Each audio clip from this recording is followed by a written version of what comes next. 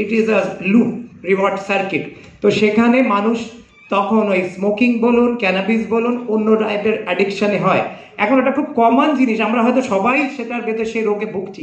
সেটাকে এখন বলা হচ্ছে বিহেভিয়ার অ্যাডিকশান। সবাই দেখছে, মোবাইল দেখছে, করেই যাচ্ছে, চ্যাট করছে, বাবা মা খেলছে, তারাও খেলছে, বাচ্চাও খেলছে।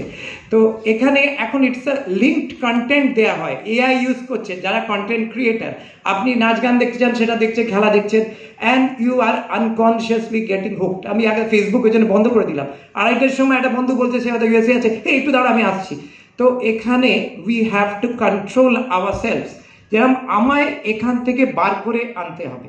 সেখানে স্মোকিং বা যে কোনো অ্যাডিকশানে আমরা প্রথমে যেটা বলি বিহেভিয়ার থেরাপি, তাকে মোটিভেট করা। দেখো, তোমার সাময়িক আনন্দ লাগছে, কিন্তু what you gain and what you lose, তোমার শরীর, তোমার স্বাস্থ্য, তোমার সামাজিক জীবন, সেখানে ক্ষতি হচ্ছে। তাকে মোটিভেশন করা, মোটিভেশনাল কাউন্সিলিং আমরা বলি, cognitive behaviour therapy, faulty cognition. এটা করলে পরীক্ষার আগে অনেক বন্ধু ওই বাথরুমে চলে একটা স্মোক করে আবার চলে আসছে। ওরাল পরীক্ষা, আমাদের এমবিবিএস পরীক্ষা যা স্ট্রেস তোমরা অনেকেই জানো।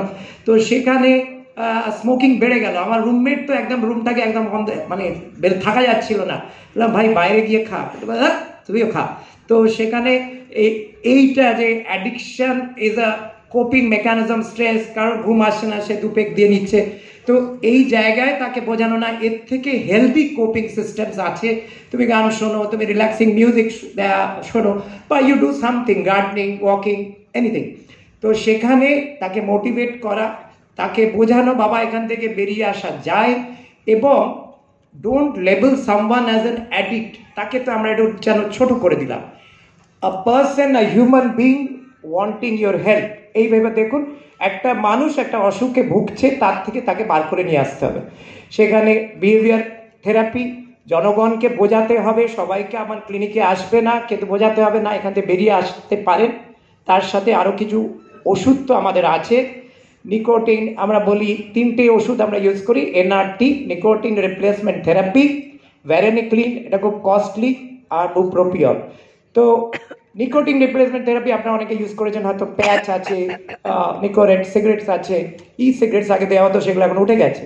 কিন্তু এইটা একটা অসুখ, এটা থেকে বার করে আনতে হবে। যেরকম ডিপ্রেশন, আমার কাছে অনেক পেশেন্ট আসে, বলে ডাক্তারবাবু আমায় তো আর বেঁচে লাভ নেই, আমার সব শেষ, কেন বাঁচবো? সেই মানুষকে যেরকম বার করে আনলে আনন্দ, একজন মানুষ, তাকে বলতে হবে আপনার এটা ছাড়ার চেষ্টা করতে হবে, আমি পাশে আছি। আপনারা সবাই আছেন, ফ্যামিলি মেম্বারদের আমরা হেল্প এনলিস্ট করি।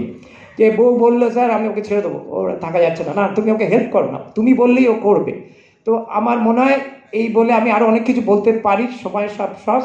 তো আপনারা যে কোনো মানুষ, তাকে সাহায্যের হাত বাড়িয়ে দিন অ্যাডিকশন থেকে বেরিয়ে আসার জন্য। সে গুটকা অ্যাডিকশন হোক, পান পারাক, স্মোকিং, সব থেকেই বার করে আনা যায় যদি সে ছাড়তে চায়। প্রথমে মোটিভেশন, তারপরে ওষুধ, বা এমনিও মোটিভেট করলেই ভালো হয়ে যায়।